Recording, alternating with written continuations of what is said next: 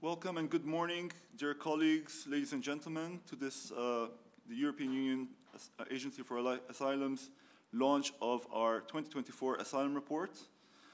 My name is Anis Kassar. I'm the Head of Communication and Press here at the agency. I'm very happy to see so many attending online today. The launch of this report comes, of course, at a very crucial period for the future of asylum in Europe, and so we're very happy to have this opportunity to present it today. I will be your moderator for the next hour and a half of this program, of the launch. Just a quick reminder, your microphones, everybody's microphones are muted by default. I kindly ask you to keep them muted throughout the event so that we don't have any confusion in the room over here. I'll run through the program very, very quickly before we get started. So we will we'll begin with an introductory statement by our Executive Director, Ms. Nina Gregori, who's here on my left. This will be followed by an address online by Beate Gminder, who is the Acting Director General at DG Home at the European Commission. This will be followed by a presentation of the report's findings and main highlights and its context by Mr. Ward Luton, who is the head of the EUA's Knowledge Center, which is the center that is responsible for the drafting of this report. And finally, we will have a presentation and reflections on the key findings by Ms. Esther Pozovera, who is the Head of Unit for Asylum at DG Home at the European Commission. Also, I want to mention that we will have a question and answer session at towards the end of the event. On your screens, you will be able to see, and you can probably see it already, a QR code. This takes you to Slido, so if you scan it with your phone, it takes you to Slido. We'll be taking the questions in writing. I would kindly ask, if possible, that you put your name and affiliation when you're writing your question. We will try to get through all the questions, or as many as possible, in the time we have. If we don't manage, as we do every year, we will be responding in writing, which is also why it's important that you put your name, so that we can find your contact details in the registration, and we can reply to you in writing. But we will, of course, as I said, try to answer as many of them as possible in the time we have today. And also just to mention, if you're a journalist, if you can write the words press in front of your question, it will help us identify that you're a journalist so that we're aware and we can prioritize your question. And so without any further ado, I will pass the floor to Ms. Nina Gregori. Thank you very much, Anis, for this kind opening as a moderator. And indeed, ladies and gentlemen, it is a really great pleasure to be here today to launch EUA's 2024 Asylum Report. And I'm really, really happy to see how many are already connected online. I will begin by saying a few words about the report's important role before, of course, turning to why the timing is so relevant for an EU asylum system that is indeed in transition. The Asylum Report has changed and developed significantly over the past decade, as of course you've seen, and I think the report has turned into a product that is much more than just a quantitative summary of asylum in Europe. It is now firmly established as the primary source of objective analysis of the many complex elements of international protection in Europe. It covers all elements, going far beyond the normal data, which only tell parts of the story.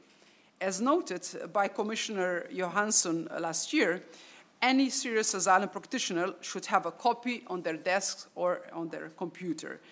Case law, policy changes, amendments to national legislation, shifts in the profiles of applicants, and so much more are just as important as raw asylum data, if not sometimes even more so. So this is the information which enables policymakers, case officers, legislators, civil society, and of course academics to go beyond the headlines in understanding that is working and what needs more efforts. That is where the EUA Asylum Report stands out. It is the only product that, using well over 1,000 sources, tells the entire story, both the improvements, but even more important, our challenges. Because of its credibility, the report is also a powerful tool which I encourage to use of encountering the diverse and also very toxic narrative on asylum and migration. Half-truth and disinformation are spreading in very alarming rate from both sides of the political spectrum, as well as on behalf of the actors outside of European Union's border. It is more important that even for all of us as responsible actors, of course, to rely on reliable sources and facts. The EUA's Asylum Report offers huge potential in this regard. Dear colleagues, of course, as we are all very aware, this year's report comes at a critical crossroads for the EU asylum system, as well as for the future of migration management in Europe in general. This is the case, in my opinion, for 3 reasons. The first is, without doubt and very obviously, the recent adoption of the EU's Pact on Migration and Asylum. By now, we have all read how important it will be in terms of bringing more efficiency, predictability, and also resilience to the common European asylum system. It's also the results of years of very tough negotiations. So it all does not come without criticism. On one side, there are accusations that the pact violates rights and builds a fortress of Europe. On the other hand, that it will force member states to accept asylum seekers and lead to further stress on social welfare and demographics. Let me be clear that both come from genuine concerns, but this is all, of course, in a way incorrect conclusions. The pact is certainly not a perfect compromise, but it shows that the EU remains committed to finding durable solutions that work for our economies, security, and social fabrics. And of course, for those in genuine need of protection. It is also a solid step forward in harmonizing practices at a very high level, while also, of course, being very pragmatic. The second reason why the timing of this pact is so very relevant is that the political shift we are, of course, now experiencing in Europe. EUAA is a technical agency, so we are not a political body, but we cannot be blind to the reality around us. The results of the European parliamentarian elections last week, as well as the recent national shifts, are an undeniable reflection of a Europe that is changing. While certainty still Europe is a continent that prioritizes providing protection to those who really need it, citizens also want to be certain that there is no abuse, that public funds for social services are not a sacrifice, and of course that the communities are safe. Ignoring these concerns, which again are often perfectly legitimate, will see these political shifts continue in even more dangerous ways as concerns give way, of course, to fear. It will fail to this. I fear that those who look to Europe for protection will increasingly be at risk of paying the price. And lastly, and I will only touch on this very briefly, international instability, it is at a level that has not been seen since the World War II. This is of course, there is no hiding from this. Greater instability leads to greater needs for protection, meaning it is unlikely that we will see a significant reversal or drop of the increased application for asylum that we have seen in the last few years. The key is now how to manage all of that, while of course also safeguarding fundamental rights. Ladies and gentlemen, bearing these 3 elements in mind, I return to the first point, so the pact. I want to emphasize that despite the significance between the member states, of course, agreeing to such a political and politicized file, it is not, of course, a silver bullet that this is going to be a success. A lot has been accomplished, yet nothing has been accomplished. Proper implementation will definitely be a key for the next chapter of EU asylum system. So our agency, the Asylum Agency, and our colleagues in the European Commission are very much aware of this. The agency has already started a very large program which will see all of our products revised in the various instruments of the pact. This will ensure that, of course, member states will have access to the training, to technical and, of course, operational resources needed to successfully carry out their respective national implementation plans. Without any doubt, political buy-in will also be essential if we want to realize, of course, all the potentials of the pact. So, dear colleagues, in a few minutes, as said, my colleague, Mr. Ward Luting, our head of Asylum Knowledge Center, will go over the main findings of the report and how, of course, they relate to such an important period of the development of the EU asylum system. However, and without going into details, I would just like to briefly make 3 takeaway points which are evident in the report and which I think are very important. The first is that while over 1.1 million applications in 2023 is the highest number since migration crisis of 15 and 16, this, of course, headline is not an accurate reflection of the state of our European asylum system.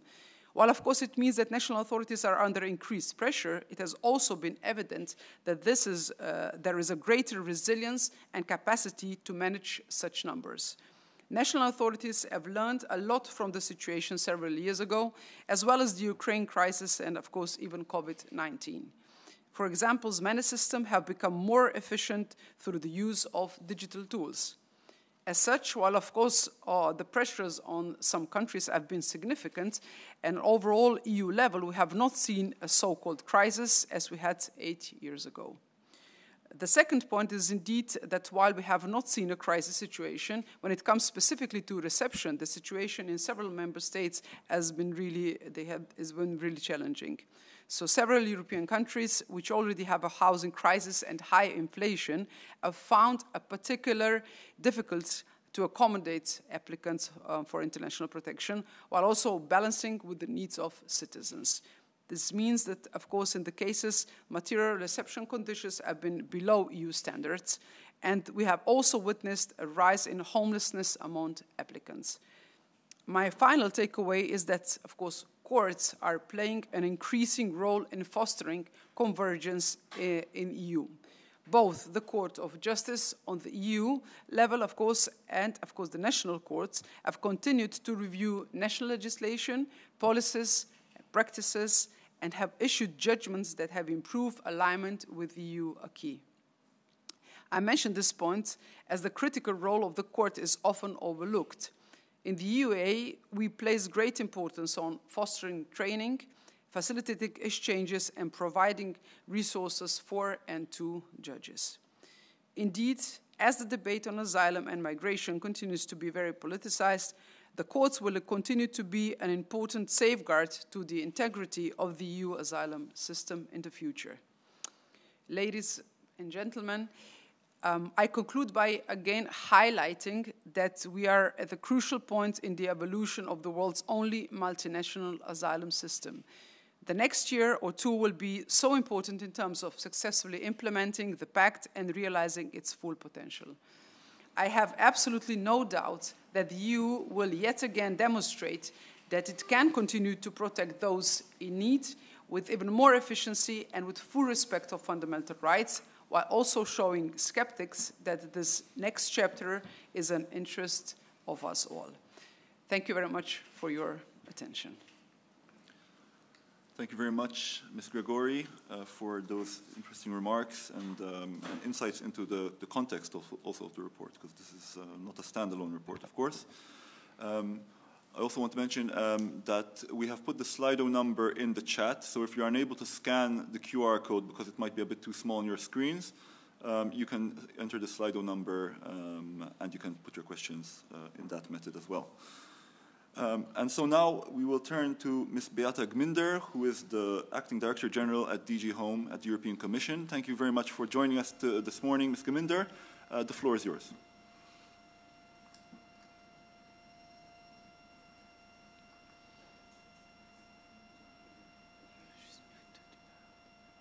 She's muted.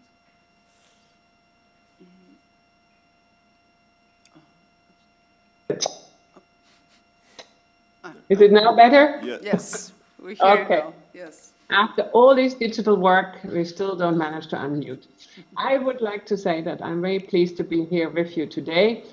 It's a real pleasure to accompany your launch of the Asylum Report, and I would like to thank you for this very comprehensive work. The EU Asylum Agency, under the leadership of Nina Gregori, is really implementing the common European asylum system as a core player for us in the European Union, and did again in 2023 a really excellent job offering operational support to member states, facilitating practical cooperation amongst them, but also be an important knowledge center. And has, with your expertise on asylum, and today's report is really an excellent example. As you have already said, Nina, the 2023 was yet another challenging year for the EU, with over 1 million asylum applications lodged and over 1 million temporary protection applications also granted. So we continue to have a lot of pressure, but we are getting better at managing it. And I think that's a very important news as well. Although we have continuous pressure at the border, we have now finally managed with the Pact on Asylum Migration to have a joint response on how we want to work together, on how we want to put in place the new common European asylum system with a package of 10 legislative acts that will ultimately come into operation and be applicable as of mid-2026.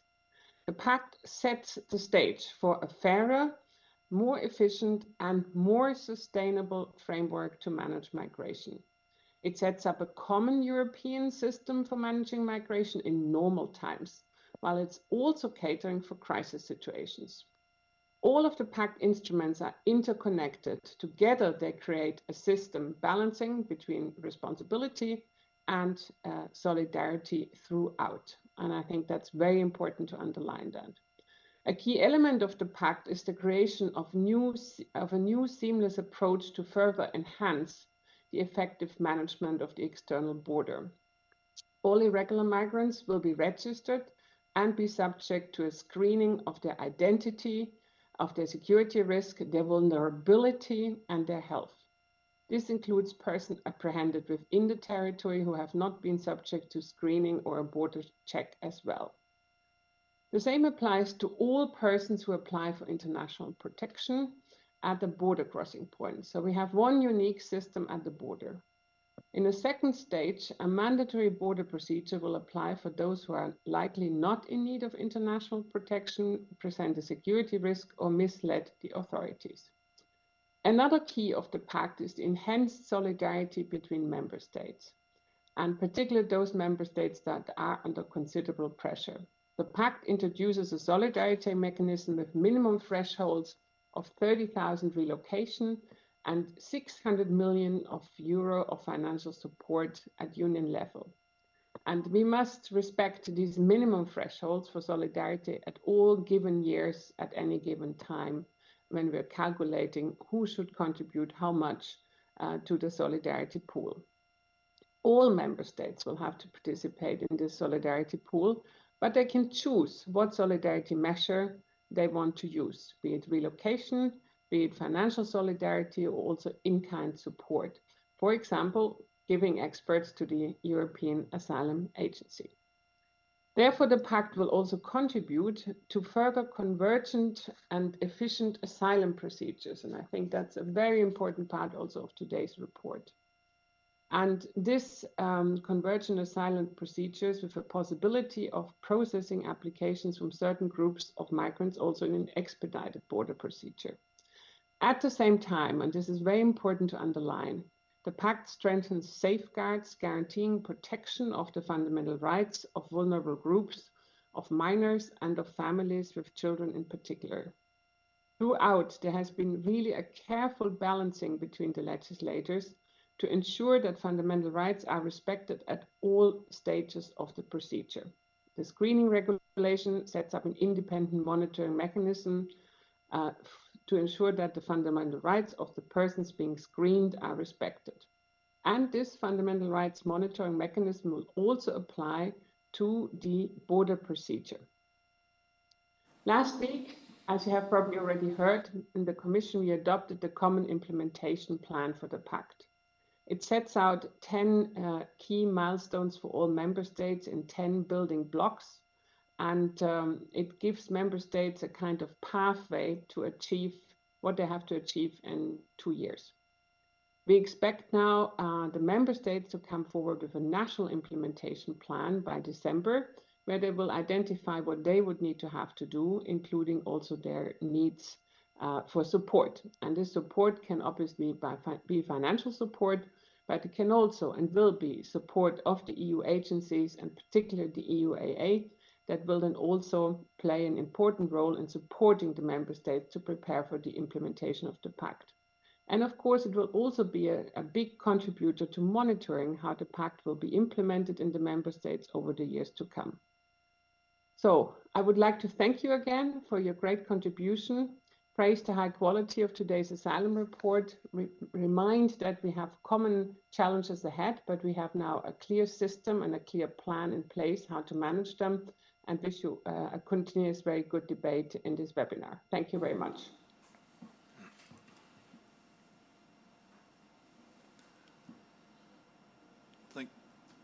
Thank you very much, Ms. Geminder. I hope I'm online.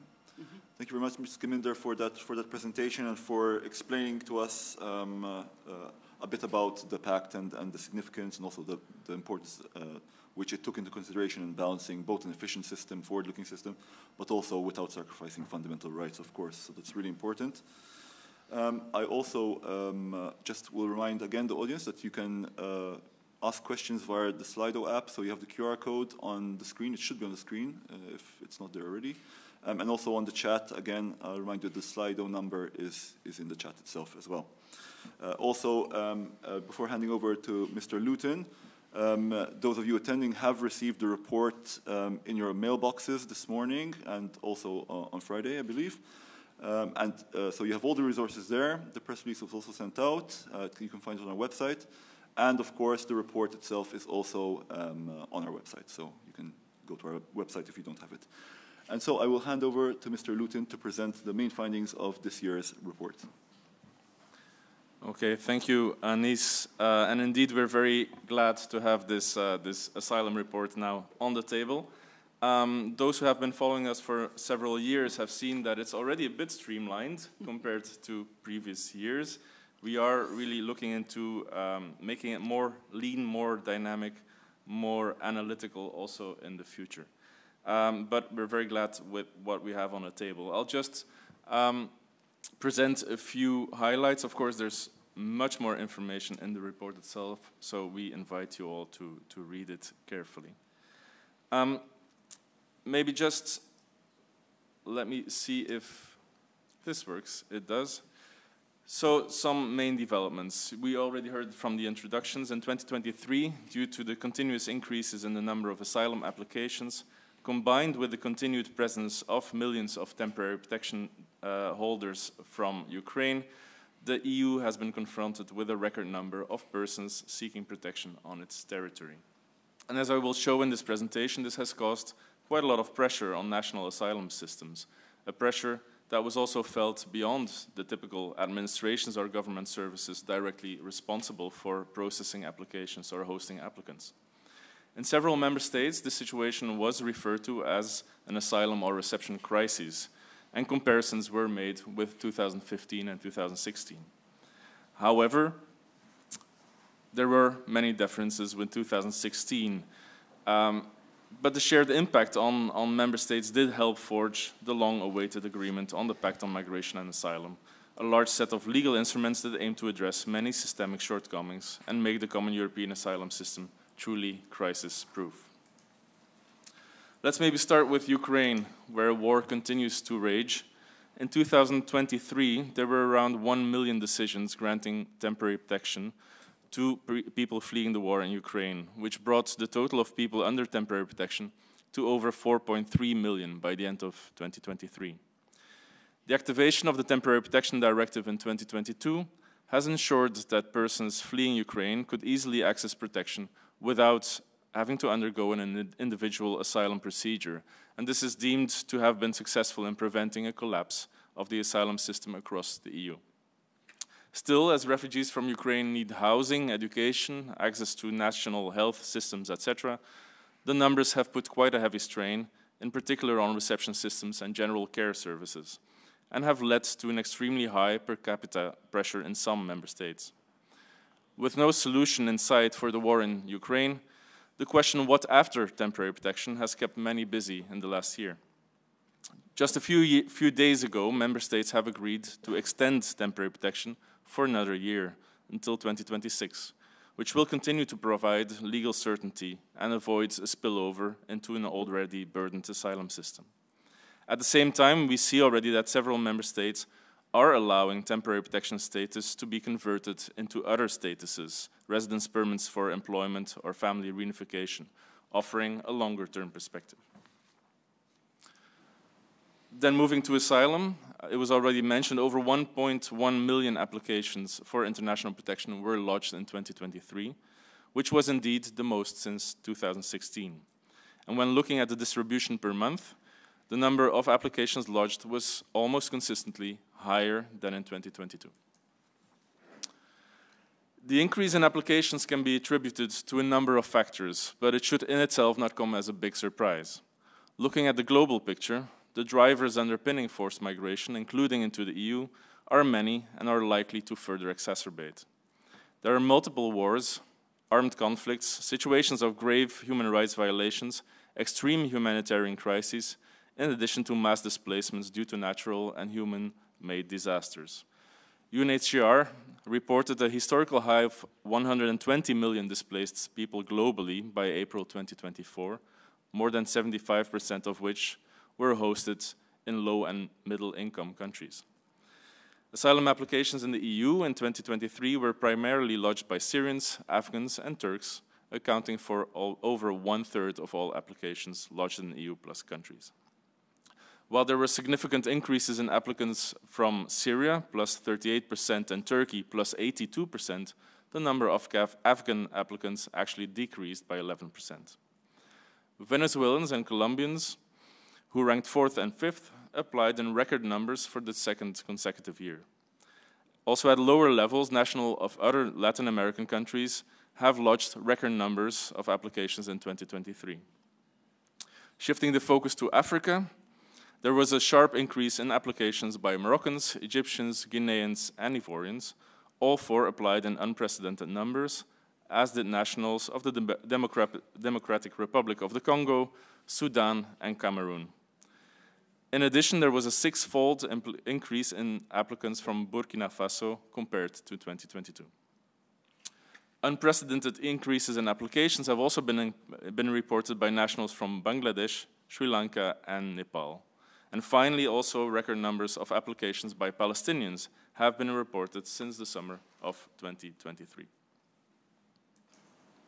Now, while there are obvious interlinkages between irregular border crossings and asylum applications, it's very important to note the difference between these categories when considering the data. There were record numbers of irregular border crossings in 2023 as well, as reported by Frontex, but these were still only at around 1/3 of the number of asylum applications, a phenomenon which is actually quite stable over the years. There's multiple reasons for this.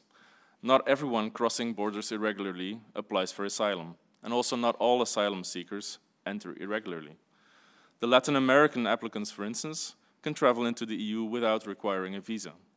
But there's also those from other nationalities who do enter legally with a tourist visa, a student visa, work visa. There are also more applications following secondary movements within the EU, and then there's the repeated applications within the same EU plus country. In 2023, we've seen a renewed pressure in terms of arrivals at external borders, with in particular large number of sea arrivals, for instance, in the central Mediterranean. We've seen the images with regard to Lampedusa and Sicily, but also significant increases on the Western Mediterranean and the West Africa routes, arriving in the Canary Islands.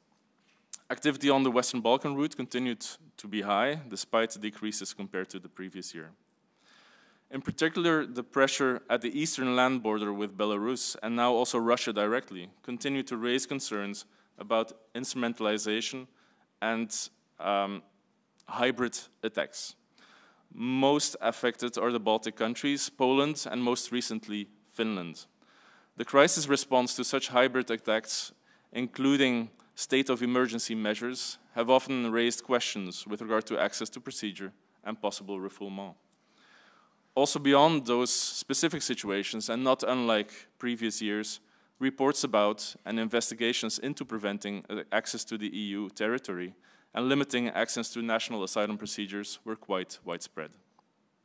Both national and European courts have pronounced themselves on such matters.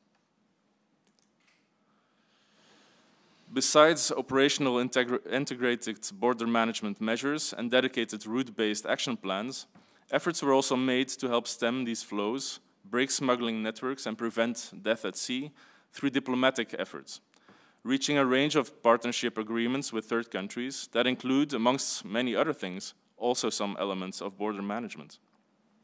Besides the long-standing cooperation with Western Balkan countries and Turkey, such broad partnership agreements were reached with Tunisia and recently also Egypt, Mauritania, and Lebanon, which led to concerns being raised about the fundamental rights situation in these countries and possible risks of refoulement. The importance of the external dimension of the EU's asylum policy is only expected to grow, and many member states continue to underline that the new pact needs to be complemented by the external dimension. In addition, more and more member states are now also openly calling to explore different models regarding the transfers of responsibilities or even transfers of individuals to third countries, commonly referred to as externalization. The recent agreement between Italy and Albania could be an important test case in this regard. It's important to understand that not all asylum applications lodged in the EU are immediately following external border crossings. In 2023, as in the previous year, we noticed the continued pressure stemming from secondary movements within the EU. The Dublin procedure that should govern transfers within member states or between member states, often back to the member state of first arrival, has in past years lost efficiency, with few transfers actually being implemented, including due to many court rulings pointing out deficiencies in terms of reception conditions. Initiatives have been taken in 2023 for a more efficient implementation of Dublin procedures, and these have started generating some positive results. Now, in the EU, while for a few member states the number of applications has decreased, in most member states this was not the case. And in many member states, they have experienced record numbers of, or maintained very high numbers of asylum applications. Germany topped the list in terms of the number of applications received and accounted for about 30% of the total. This is a very substantial share, but it's less than in 2016, when Germany received almost 3/5 of all applications. The next three top receiving countries jointly accounted for 41% of the applications, with record numbers in each. We have seen France with a 7% increase, Spain 38% increase, and Italy with a 63% increase. At far lower levels, Bulgaria, Slovenia, Estonia, Luxembourg, and Latvia also received unprecedented numbers of applications, while the Netherlands and Switzerland received the most since 2015. In contrast, applications in Austria declined substantially by 46% compared to 2022, and decreases at lower levels were also seen in Sweden, Cyprus, Romania, Denmark, Croatia, and Czechia. When considering asylum applications in relation to the population size, Cyprus, Austria, and Greece have received the most applications per capita. Now, focusing on the impact that this has specifically for the asylum administrations, we can see how the increased number of applications is no longer offset by the number of case closures. Even as member states at first instance are becoming more efficient in taking decisions, there continues to be a gradual buildup of pending cases, reaching, again, similar levels as in 2016. Unless tackled swiftly, such a buildup risks turning into a large backlog that may take years to address. Logically, this will also have a big spillover effect on the appeals level as well, where also sufficient capacity will be needed to deal with a growing number of appeals. We estimate that the total number of cases awaiting a decision at the end of February 2024, so including those in appeal or review, increased to around 1.2 million, of which 3/4 pending at first instance and the remaining quarter awaiting decisions at second or higher instances. Now, EU plus countries have undertaken different measures to enhance the efficiency of the procedure. These range from recruiting and training more staff, for instance in Belgium, Cyprus, Ireland, and Malta, introducing new working methods to shorten and streamline interviewing and decision-making, making strategic use of prioritization policies, such as in Finland, Ireland, and the Netherlands, and establishing or adjusting national decision policies for specific profiles and nationalities, such as in Belgium, Denmark, Malta, Netherlands, and Norway. Under the impetus of the European Commission, fast-track procedures were piloted in Bulgaria and Romania, and also other EU plus countries aimed to fast-track certain caseloads, including through the use of accelerated and border procedures or by applying safe country concepts. EU plus countries also continued with digitalization initiatives to enhance the efficiency and quality of asylum processes. This included, for instance, investments in establishing and upgrading integrated case management systems, the use of automated transcription tools, establishing systems for better anticipating future asylum flows, and the rolling out of digital payment cards in reception. So far, I focused on the pressure on asylum administrations, but nowhere is the pressure, and this was mentioned also by our executive director, is the pressure coming from either sudden mass inflows or longer-term continuous increases more visible than in the field of reception. In some EU plus countries, such as Croatia, Czechia, Slovakia, and Slovenia, more applications arrived, but many of them also continued their route after a short time. In others, however, bottlenecks appeared between different levels of reception system, for instance, between the federal state and the federal provincial level in Austria, or between the federal and cantonal levels in Switzerland. Increased occupancy in Greek mainland structures slowed down also transfers from the islands. Slow outflow from reception centers was a major issue in many countries, including in Belgium, France, Ireland, Luxembourg, and the Netherlands. Due to longer asylum procedures, difficulties for recognized beneficiaries of international protection to move to private housing, or challenges in implementing Dublin transfers or returns. In some of these countries, this led to situations where reception systems were overwhelmed and could no longer offer accommodation to all applicants. Now, one thing is dealing with emergency situations, which may sometimes require drastic ad hoc solutions. But when the issue becomes systematic, there's a need for more structural solutions to ensure flexibility and sustainable reception systems. In some EU plus countries, changes were made to the institutional setup, funding structure, and cooperation agreements with other stakeholders. The environmental sustainability of facilities also gained more importance as reception systems have to cope with increased demand and higher energy costs. The pressure on the reception system also caused a revision in and stricter application of the rules on the entitlement to reception conditions. Dealing with larger numbers, both in asylum applications and reception, often involves applying more stringent implementation measures, simplifying procedures and practices, and ultimately this means spending less time on and with individuals. However, safeguards are essential to ensure that special needs, especially for vulnerable categories of applicants, are not overlooked. Several EU plus countries have reported a continued high number of applicants with special needs. These range from applicants with physical or mental disabilities, applicants presenting with a wide range of health issues, to victims of gender-based violence and children arriving to the EU alone. Authorities in countries with high numbers of simultaneous arrivals often face difficulties in appropriately identifying and assessing special needs. And tools have been introduced to facilitate such screening, identification, and referral, but also the importance of dedicated and fit-for-purpose information provision and counseling has been stressed in the report. The Asylum Report, and again, this was mentioned already by our Executive Director, highlights the essential role of courts and tribunals, not only with regard to the individual applications and to safeguards the rights of applicants with regard to Dublin procedures, reception conditions, or detention orders, but they are also important actors in confirming or adjusting national practices and policies and stimulating convergence in applying the common European asylum system. Of vital importance is in particular the jurisprudence of the Court of Justice of the European Union. References to case law are included throughout the report. Now, while we, of course, focus very much in the report on asylum and reception as key areas of interest, the pressure of receiving new applicants and integrating third country nationals into national systems affects a much wider range of services and administrations. It impacts education, healthcare, social welfare, and the housing market. Some of these effects are immediate, while some are cumulative and only come to the surface after a number of years.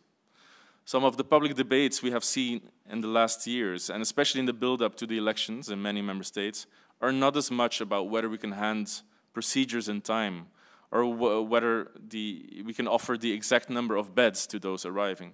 They are much more about longer-term cumulative effects of what is sometimes perceived as uncontrolled mass arrivals. Overall, 2023 has in several member states been experienced as another crisis year with regard to asylum and reception. But as already indicated in the opening words, there are many differences compared to 2016, and in general, national systems have shown much more resilience, especially taking into account the additional pressure stemming from the war in Ukraine. This said, we should not ignore the challenges, which continue to be many. There's different drivers and factors causing pressures on the system, some external, some internal, some long-term, some structural, some more ad hoc. Due to the plurality and interplay of constantly changing drivers, it can be expected that the situation of pressure will to some extent endure, that we will need solutions that are flexible and adaptable, but also an underlying system that is robust and future-proof and doesn't require constant firefighting and ad hoc solutions. And this is where the new Pact on Migration Asylum comes in, which, despite entering into force now, leaves a 2-year preparation time before actually being applied. Although it's the result of long negotiations and as such a lot of compromise, what is now on the table has exactly the goal to be better prepared for the future, to be more efficient in fulfilling international protection obligations, to be able to withstand crisis situations, a system that combines solidarity and responsibility, a system that is fair, strict, a system that has predictability and that fosters trust. I'll give the floor to the European Commission in a few seconds to explain the pact in much more detail, but let me stress once more, as the ED has already done in the opening, the importance for all the relevant actors to invest in the actual implementation of the pact. After all these years of negotiation, it now really needs to work. If implemented as intended, which is the key challenge for the next years, the pact should provide some structural solutions to many of the challenges highlighted in this year's Asylum Report. For this to be possible, there's a need for political will, strong planning, sufficient allocation of resources, but also a multi-stakeholder approach is essential. The successful operationalization of the pact will depend not only on asylum administrations or reception authorities.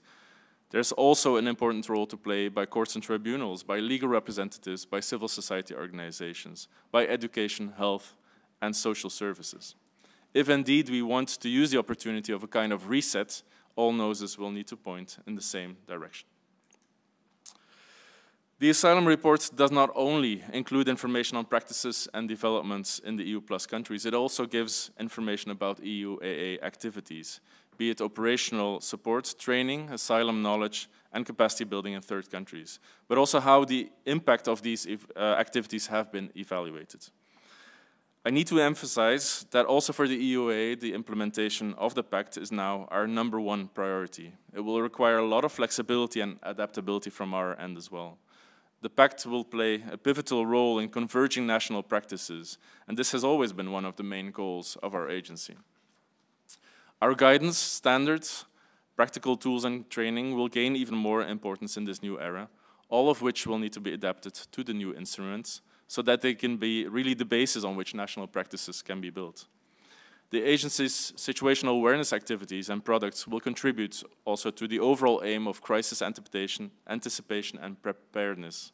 Resilience of the new system will be strengthened through EUA operational support where needed. The agency will also play an important role in securing the many safeguards that have been included in the pact instruments, including through its new monitoring mandate. And to make all of this possible, the agency will need to prioritize. It will need to streamline and adjust. New formats for reporting and modalities for practical cooperation will need to be tested, and existing and tested practices may need to be adapted to the new reality. In that sense, we can also anticipate already that next year's Asylum Report, which will reflect and analyze the current developments, will look a bit different. We are going through internal reflections to make the reports leaner, as I already mentioned, more analytical, less descriptive, while still offering publicly accessible information through other channels. But this being said, we're very proud, as I mentioned in the beginning already, to present to you this Asylum Report 2024 in its current format, and we hope that it will offer the information and analysis insights that you are looking for, and that it will support a wide range of asylum practitioners, decision makers, and policy makers in their work. Before giving the floor to Esther Pozo Vera from the European Commission, to tell us more about the pact, I already want to use the occasion to extend a warm thanks to the euaa team that managed yet again to put this flagship document on the table, but also to those in national administrations, the EU Commission, agencies, international organizations, civil society organizations at large also, who all contributed in different ways to this report. So thank you very much, and I give the floor back to Anis. Thank you very much, Ward, for that very thorough presentation of the main findings of the report. And as I mentioned before, all the resources, the report itself, but also the executive summary and a whole list of other resources can be found on our website. Those of you attending online can also receive them online this morning and on Friday.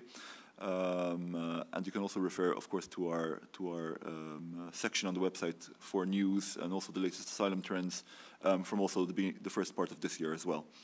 And also, just before passing the floor to Ms. Pozo Vera, I saw a comment on the chat regarding the transcript. And just to let you know that the entire session, including the Q&A session, which will follow at the end, is being recorded and will be available on YouTube. So if you want to refer back to it at a future date, or you want to pass it on to somebody else, to a colleague, you can also go on our YouTube channel and find the video there. And so without any further delay, I pass the floor to Ms. Pozo Vera, who is the Head of Unit for Asylum at DG Home at the European Commission. Thank you very much for joining us this morning. The floor is yours. Thank you very much, and good morning, everybody, and thank you to the EUA for this wonderful work and the report, always very thorough and very good, and for inviting us to have some reflections on the findings. I think Ward and Nina and Beate said it all. We have ahead of us 2 years that are going to be very intense. I think Beate already presented to you the main elements of the pact and what we're trying to achieve, which is a system that we have a better control of our borders, but also faster and fairer procedures, as well as more solidarity among member states. How do we do this in practice in the next 2 years? So we have put, last week, we have published the Common Implementation Plan. This Common Implementation Plan is common because it applies to all the legislative instruments that form part of the pact, and a bit beyond as well, following the comprehensive approach that is included in the Asylum Migration Management Regulation. It's divided in 10 building blocks, and with these 10 building blocks, what we're trying to do is to focus the attention on the fundamentals. It's common because all the building blocks and all the pact instruments are interrelated. They are all interdependent. And as we see also from the EUA report, you cannot talk about procedures without reflecting on reception, and you cannot have a reception system and your integration of beneficiaries of international protection doesn't work. Everything is interrelated, and this is what makes us put forward this common implementation plan. It's also common because all member states have to work together. I think this is one of the main lessons learned from the negotiations. This is a pact that brings everybody together. It's a European solution to the European challenge. And that means that all member states have to work hand in hand to deliver it. And if one member state lags behind or one member state fails to deliver, everything also falls apart. And so that's why it's also a common implementation plan. Of these 10 building blocks, we try to simplify a very complex legal text into the fundamentals, as we call it, and looking from Eurodac into the procedures at the border, bringing together the screening regulation, the asylum procedure regulation, particularly focusing on the border procedure, as well as the return border procedure regulation. Then we focus as well on the reception, rethinking reception, and which is our third building block. Our fourth building block is making the procedures faster but more efficient as well. Obviously, we have the return building block, and then we have the Dublin rules, which is the new responsibility obligations, solidarity, which is our building block 7, contingency planning, in which the EUAA has a very important role to play, which is our building block 8. Our building block 9, we have brought together all the new safeguards and guarantees provided by the Pact together. And finally, we have building block 10, which is about resettlement and the integration of those who have been granted international protection in the Union. 10 building blocks that should guide member states in the preparation of their own national implementation plans. As you know, the Pact entered into force on the 11th of June. Member states have to submit national implementation plans in December, 12th of December. The Commission had the obligation to deliver the common implementation plan by September 2024. But we decided to bring forward this deadline to give more guidance and time to the member states to prepare the national implementation plans. And that's why the day after the entry into force of the Pact, the Commission came forward with this very comprehensive implementation plan that also includes checklists for the member states to guide their process in terms of preparing the national implementation plans. What is the ultimate objective? Well, to ensure that everybody is well prepared. We know, as presented also by the EUAA in their annual report, we have many challenges, and the current acquis as well. In the implementation of the current acquis, now we have 2 years to get well prepared, which is the concept that underpins many of the fundamental elements of the new Pact, both on the responsibility side and on the solidarity side. And we hope that we're focusing the attention on these key fundamentals.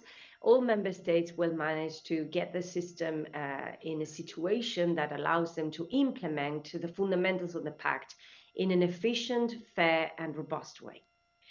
And that means as well that the EUAA is going to be supporting member states in doing so. We are now created country teams inside the European Commission. The EUAA is part of these country teams. They are helping us to help the member states to prepare the national implementation plans. We have asked member states to support them to send it to us by October, if possible, ahead of the deadline, so we can have a dialogue with the member states about the needs and how we can support as Commission, as agency, these member states, both from the operational point of view, but also from the financial point of view.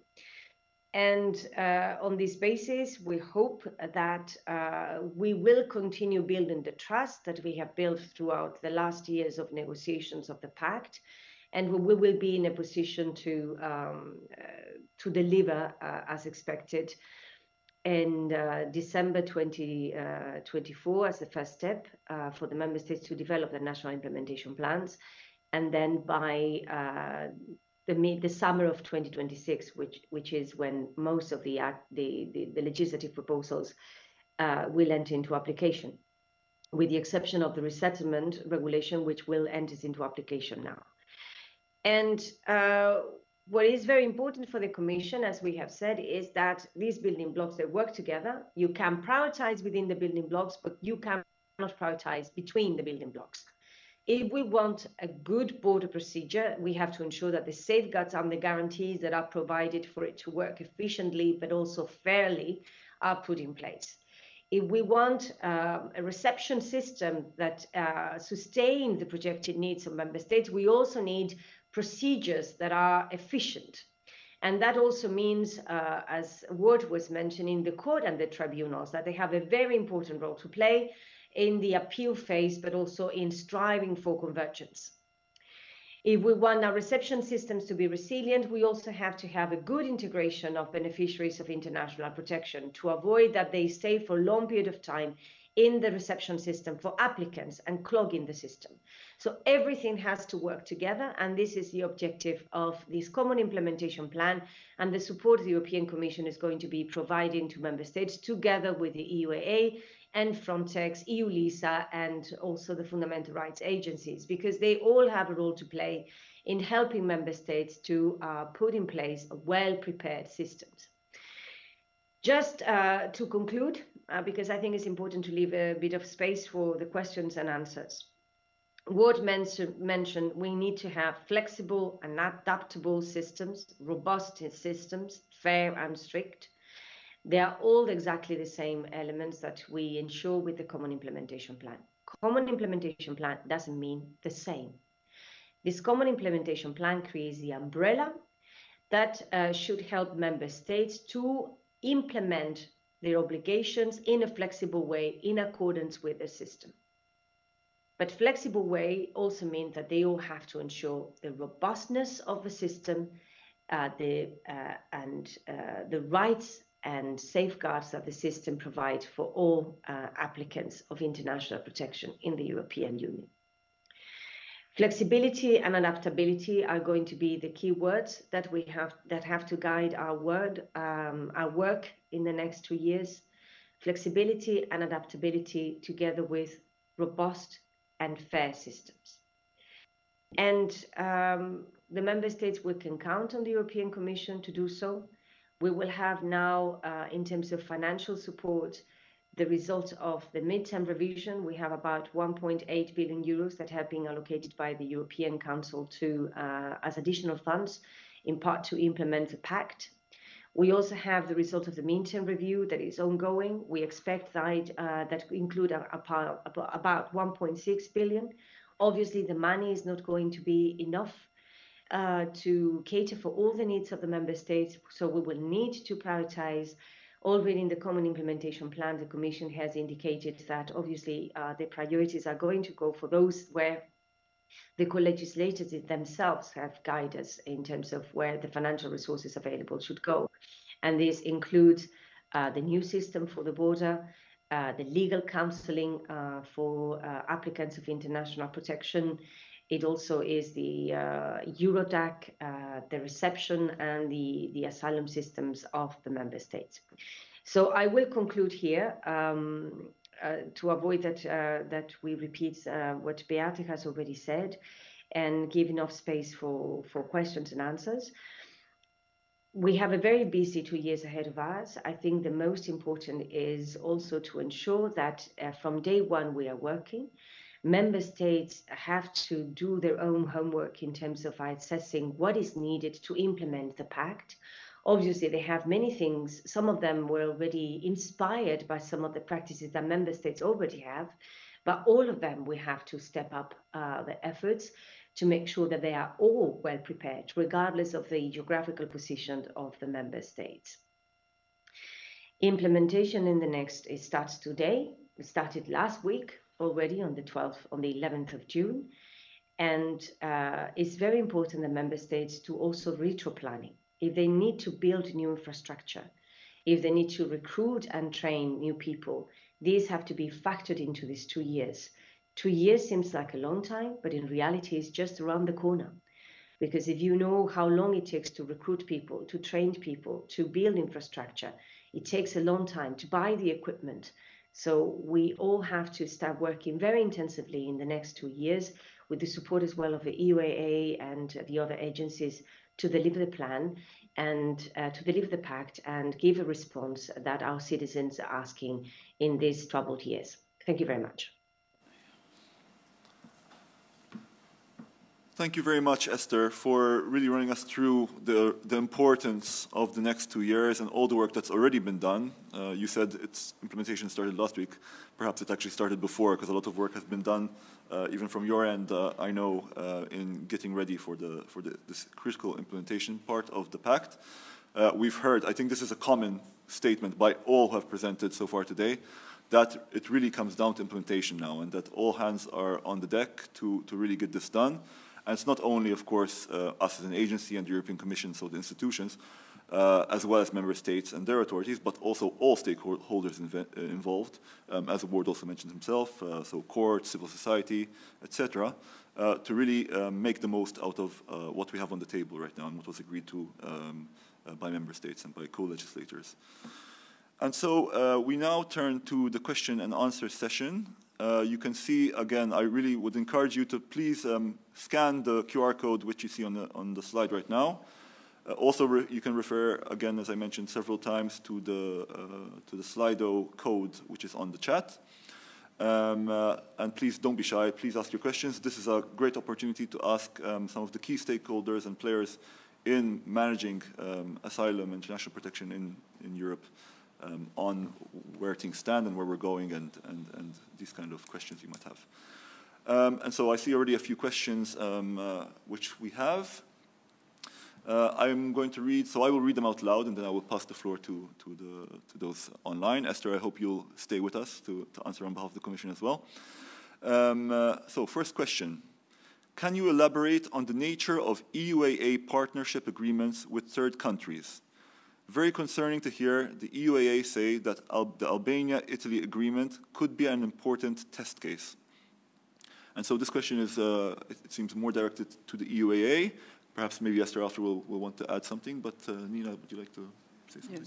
Yes, thank you very much for this question. Indeed, very interesting one, especially for the future, as we've presented together with Mr. Luton and it's today's event. I can say what the EUA is currently doing, of course, when it comes to the cooperation with our partner countries, namely the third countries, because of course we are present also outside European Union. But according to our call regulation, so EUA regulation, we can only work with third countries when it comes to supporting them in capacity building. So basically we're trying to help and support certain third countries with assuring that of course their own protection space in a way is, let's say, adoptable, is of course up to the standards, but it's also in a way developing into the direction or closer to our EU acquis.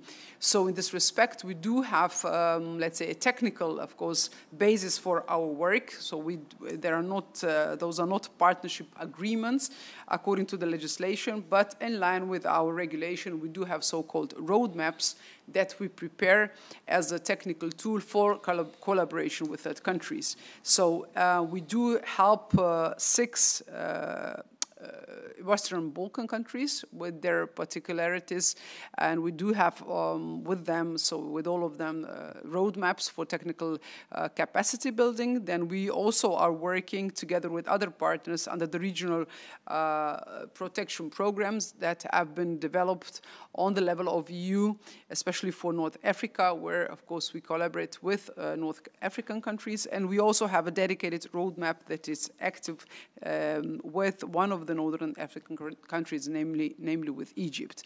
So in this respect, and you can find that also in the report, EUAA is doing quite a significant capacity building work through the roadmap with third countries. But indeed, I mean, as for the future, and as mentioned, of course, there have been on the on the level of EU partnership agreements with certain countries, especially the countries in North Africa. But our agency does not play a concrete role with the implementation of those partnership agreements. When it comes to the notion of the Albania-Italy agreement, of course, that this should be an important test case. I really think that, of course, we will need to elaborate that closer together, of course, with the European Commission. And we will need to see whether potentially, of course, our agency can play a dedicated role. And I really do strongly believe that, of course, the future discussion when it comes to use the word externalization, of course, on the level of EU, our agency, of course, indeed will need to be involved to assure that potentially this kind of bilateral agreements can be implemented, of course, in line with our acquis and in line with fundamental rights of the applicants. Indeed, thank you. Thank you, Nina. And indeed, it's important to mention that a test case, calling it a test case does not mean endorsing or not endorsing. It's simply looking at it and seeing how it elaborates. Esther, I don't know if you would like to perhaps give some feedback from your end on this question, especially the Albania-Italy element. No, I don't see the need on that. I think Nina has explained very well the situation. Great. Thank you very much. Okay, very good. Okay, so we can move on to the next question we have here. Okay, could you elaborate a bit on the need of protection identified in the last year? In brackets, I mean in terms of recognition rates and maybe in the kinds of profiles of different nationalities. It would be interesting to hear about protection. So I suppose this is looking at the types of protection needs that we're seeing in different nationalities. Ward, yes? Yeah, I can say a little bit about it. There's quite some information, of course, in the report, but I guess I can say that for every question that will come our way. Recognition rate in 2023 stood at 43%. This is the EU-regulated statuses, so only refugee status and subsidiary protection. We don't include national forms of protection simply because they're not really comparable. This rate was the highest since 2016, so that's quite interesting. The rate has been going up, actually, due to increased recognition rates for Afghans, Iraqis, Palestinians, and Ukrainians. But also due to more decisions taken by Syrians. So those all have high recognition rates, and they have been, in a way, boosting the recognition rates lately. When we look at the disaggregation, we see 54% of those are refugee status, 46% subsidiary protection. Now, we don't have comparable data related to the protection grounds themselves. In some member states, this is not allowed to even collect such data. It would be very difficult to have it. But we do have some information about how individual member states have been processing applications from certain profiles, from certain caseloads in section 3.4.5 of the report. So I invite you to read that. Thank you. Maybe just adding, there's also table A5, which includes information on recognition rates. Indeed, and I think also anticipating the next question, of course, there's only so much you can put into a presentation, and of course the report is very, very detailed and has a lot in it, but I will read the next question in any case, even though I suspect we know what the answer is. Why did the presentations give no or so little importance to resettlement and humanitarian admissions? The only regulation immediately in force. And I don't know if Nina you want to... Maybe I could just start now. I will reiterate what you've said, Anais. I mean, it's very difficult to put everything in a, let's say, fairly short presentation. But I really need to refer to the report itself. Of course, as you can see at page 203, we have the whole section 3.14 on resettlement and humanitarian admissions. I think that is very important, of course, policy of European Union, but also, of course, the contribution of the member states here are highly relevant. So it's not that we would ignore this part, but indeed there was a limitation in time. But please refer to the report and you will see in details what we have collected. I think that endeavors in this respect from the side of the member states, but also of Commission and also, of course, our agency are quite important, and they will be important also in the future. Maybe with that, I can give the floor to Esther to briefly explain the regulation that indeed will be immediately in force. So EUA does play a role there also. We are preparing for that part. But of course, this regulation, I think it's highly relevant because it gives a new framework for the resettlement and the humanitarian admissions on the level of the EU.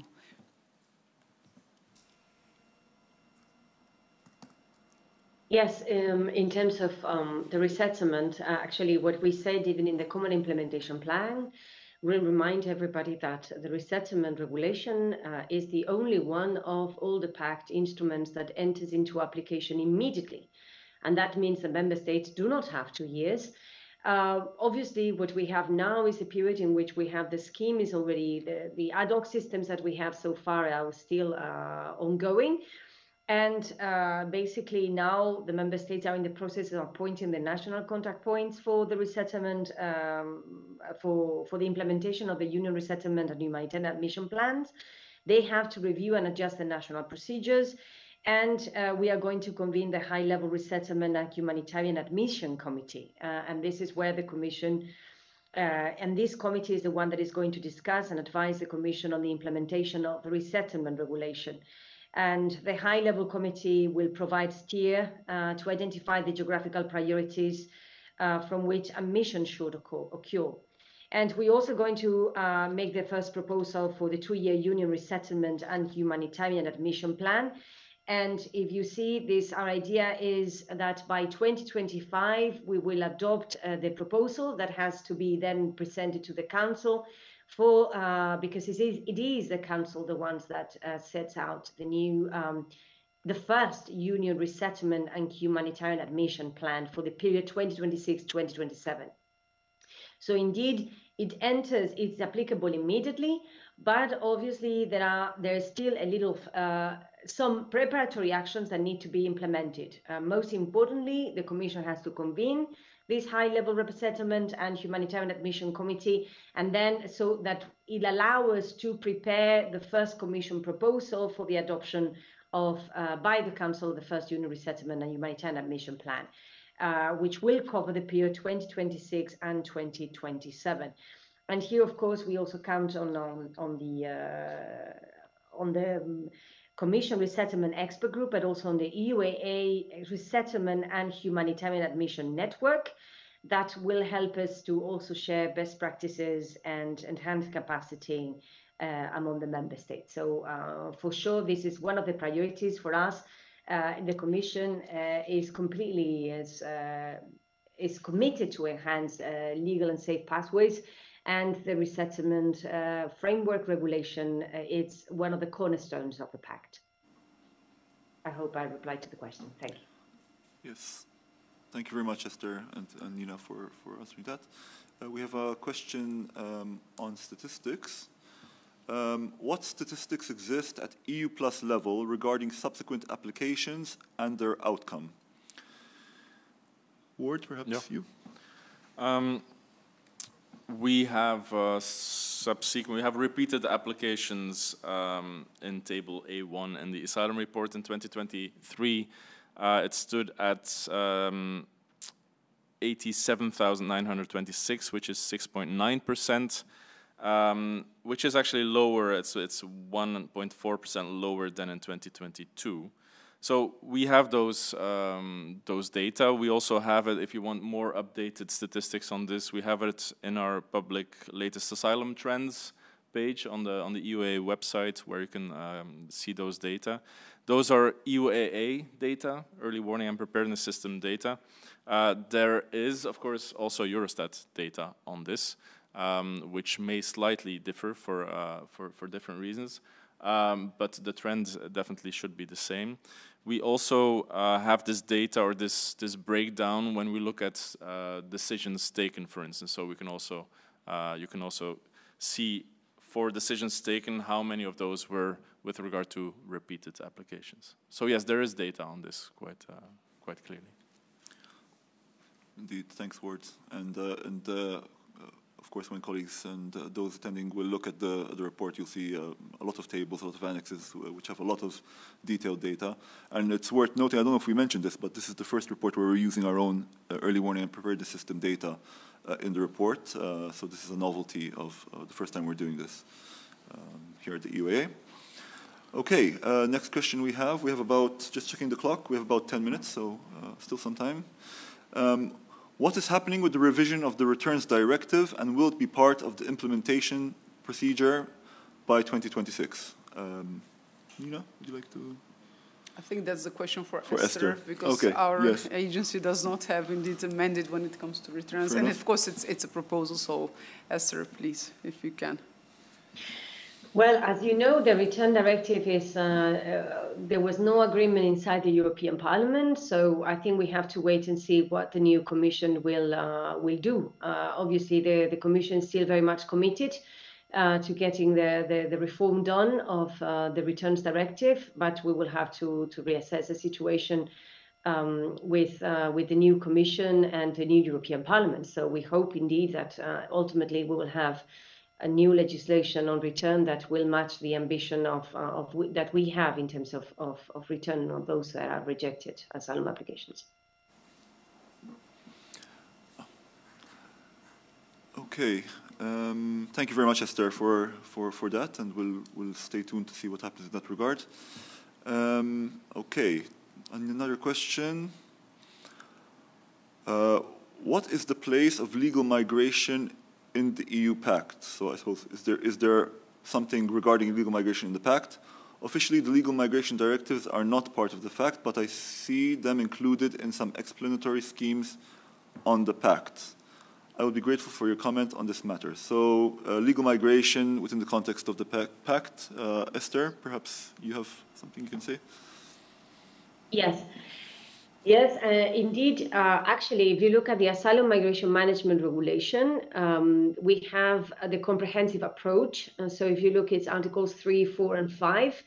And the comprehensive approach does include the legal pathways, because if we want to manage migration in a holistic manner, we also have to consider legal migration.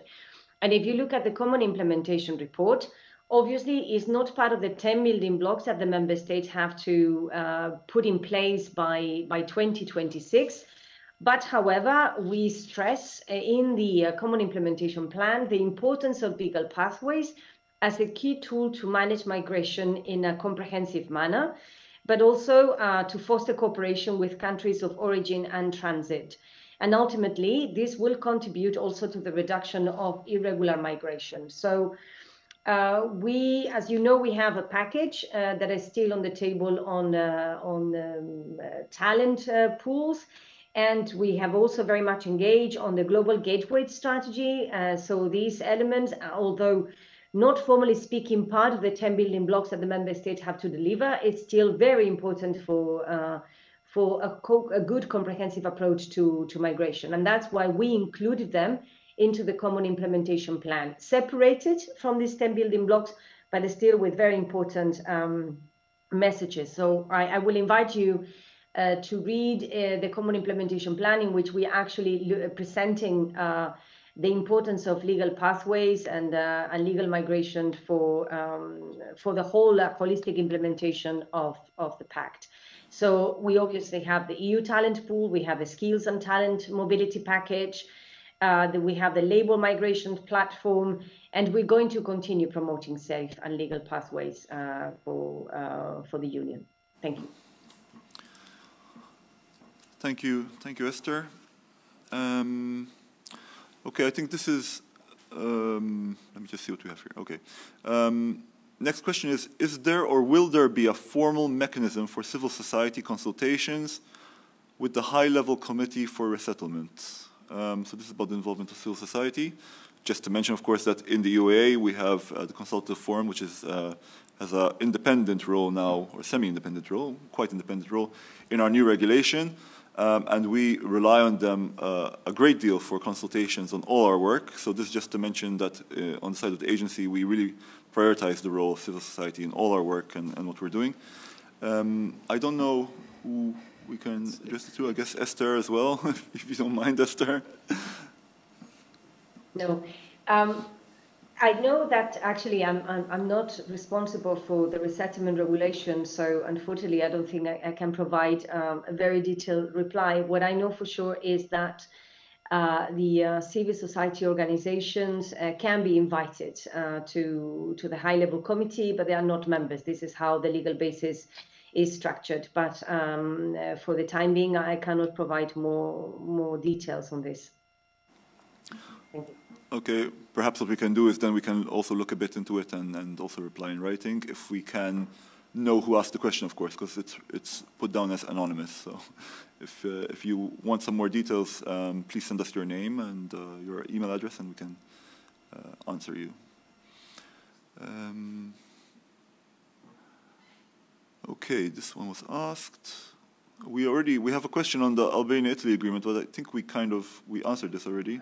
You want to elaborate it? Okay, Yes. perfect, yes. Will you read it out, Annie? Ah, yes, of course. Okay, so the Albania-Italy agreement was called an important test case. So this is what we were referring to in the first question.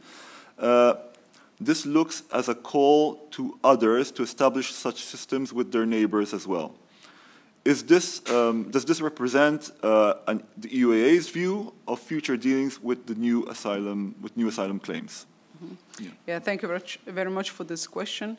I would be very brief. As I said at the beginning in my opening remarks, EUA is not a political stakeholder. Of course, we are the house of expertise when it comes to asylum and reception and common European asylum system. But I also emphasize that I think that in the future we will not be able to avoid, of course, this discussion on the level of EU. So I can only say that when this discussion will happen, I do really hope that, of course, we'll be invited as one of the stakeholders to represent, of course, our view in the discussions in this respect. Great, thank you. I'm just seeing if we have questions. Mm-hmm. Ah, yes, here we go. Okay, yeah, the system's a bit confusing. So, yes, most of those holding nationalities with the highest recognition rates have to reach the EU irregularly for lack of alternatives. This includes also many children and families. How can we guarantee their rights within the EU, the new border procedure? Ward, would you like to take a start? Yeah, I can say something, and I'm sure Esther will want to complement. So there's all applicants or all persons at the borders will undergo a screening, which includes also a vulnerability screening. So I think that's already a very important phase where those who have vulnerable, have special needs would need to be identified and referred. And of course, we are working already together with different stakeholders on developing tools and making sure that this can be done in the most efficient way. I do have to point out, though, that the asylum border procedure would normally not be for high recognition rate nationalities. So the whole aim is, of course, to process those which are most likely to not be in need of international protection. So in that sense, at least the question, those people from those nationalities should actually not end up in the asylum border procedure, should end up in the normal procedure. In any case, there are, in the Asylum Report, there's a whole section 4 on vulnerable groups.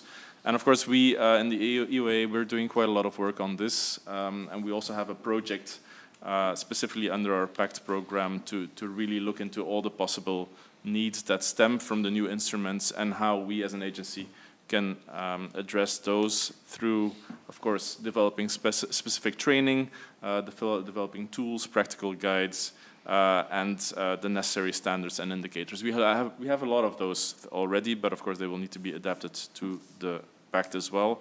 Also in our operations, we have quite a lot of operational measures that deal specifically with guaranteeing the rights of vulnerable groups.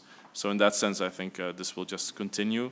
But there's a lot of information you will find also on our website. All the tools are there, it's all public. So maybe Esther, if you want to complement. Thank you, Ward. Yes, indeed. The first message is that in principle, the border procedure is only for nationalities with a low recognition rate, 20%. So high recognition rates should not be into the border procedure. So that's the first thing. The second one as well is that unaccompanied minors are excluded by default from the border procedure, even if they belong to a nationality of 20% recognition rate. And then when it comes to vulnerables and families with children that belong to the 20% recognition rate, as Ward explained, the first thing is to do the vulnerability assessment. And if the needs of the vulnerable people, and actually the vulnerability will start already in the screening procedure, and the legislation clearly says that if the vulnerability, if these persons with special reception needs or special procedural needs and they cannot be catered for at the border, they have to be excluded from the border procedure. If they're included and these vulnerabilities appear during the process of the examination of the asylum application, the member states are also obliged to exclude them from the border procedure. If families with children are placed in the border procedure, they have to be included in facilities that have been specifically designed for families with children, including for the moral and psychological development of the children. But as I said, and the main emphasis is that families with children of high recognition rates are excluded from the border procedure, because the border procedure is only for those that belong to low recognition rates. So for applicants, they have low chances of getting protection into the European Union. Even in those cases, families with children have to be placed in specific facilities, and also they have to be deprioritized from the border procedure. So if you have several applicants coming at the same time, the priority should be given to the other groups and not to families with children. And the most important, as I said, is that you have to be able to place families with children they have to reside in facilities that are designed for them. And you have to be able to cater for the needs of vulnerables and families with children in the border procedure. And this is not possible. The member state has an obligation to exclude them from the border procedure, even for low recognition rates. Thank you. And final thing, we have also legal counseling. And don't forget about the legal counseling, which applies to all applicants of international protection, regardless of the recognition rate. And they will also have a very important role to play in this matter. So let's not forget about the importance of the legal counseling to protect the rights of those that will be placed in the border procedure. Thank you. Thank you, Esther and Ward, for highlighting these safeguards. I think it's really important also. I mean, there's a lot of speculation, almost misinformation out there, and it's really important to keep reiterating that there's a lot of safeguards and that this is obligatory. It's not up to interpretation. So very good that we got to address this question as well. We're almost out of time, but we have time for one more question. The question is, so there are several situations of reception crisis were mentioned in the presentation. Could you elaborate a bit about the role of the EUAA in supporting member states to solve them? I think, Nina, if you could. Yes, thank you very much for this question. Indeed, as said in the report, but also with the presentation today, in 2023, so last year, our agency has been operationally present in 13 member states with quite a wide range of activities, not only on asylum, but also on the activities in reception. So we have successfully amended or even extended 6 operational plans, namely with Austria, with Belgium, with Czechia, Netherlands, Slovenia, and Romania. And we have also established 2 new operational plans with Bulgaria and Lithuania. So as I said, throughout 2023, we have assisted member states, especially also in the area of reception. For example, concrete, let's say, activities that we did, we had the provisions of hardware, so the housing units and equipment to national systems and reception authorities. For example, we did that in Belgium and in the Netherlands. Then we had some increased capacity and quality of services in the reception systems, where we help, of course, with deployment of our experts. We have helped member states in improving information management in some of the cases in the reception systems. We have also then supported vulnerability assessment and also enhancing protection of unaccompanied minors in some of the cases. And we had also prepared information provisions to the applicants in the context of asylum and also of reception. So I think that our work in reception has been really lately expanded, also on the basis of the reception strategy that has been indeed adopted by our management board 2 years ago. And of course, we will continue to do so and support member states in this regard in the future. Thank you. Thank you very much, Nina. And I think that's a nice point to end on, that, of course, the EUA is here to support member states. It's our motto. And right now, reception is also a challenge, so this is something we're also focused on as well ourselves. So I'm very glad that we're ending exactly on time. I want to thank the colleagues who joined us, so Esther, Beate, who joined online on behalf of the Commission. Thank you, Esther, also for being here to answer some of the questions. Ms. Gregori and Ward Luton, thanks for being here to present the report and answer questions as well. As I mentioned before, if we didn't get to all of your questions, we will make every effort to answer in writing as we do every year. Please make sure you left your name at least so that we can find your email address. If you want to leave your email address, that's even better because it will help us in that regard. Once again, the report is available online. So are all the associated resources, including the executive summary. There's also a press release that was published this morning. You can find it on our website as well if you didn't receive it. And of course, you can refer back to this session on YouTube, on our YouTube channel. The video will be uploaded there. And of course, last but not least, please do follow us on social media to follow what our activities are and how we're preparing to implement the pact as well. So thank you all of you for joining. Thank you to the speakers, and I wish you a good rest of the day and a good rest of the week.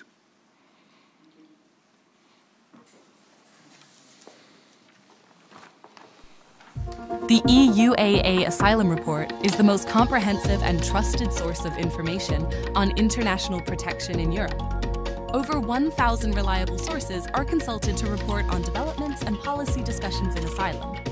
The report starts with an overview of displacement at the global level. It then analyzes developments at the EU level.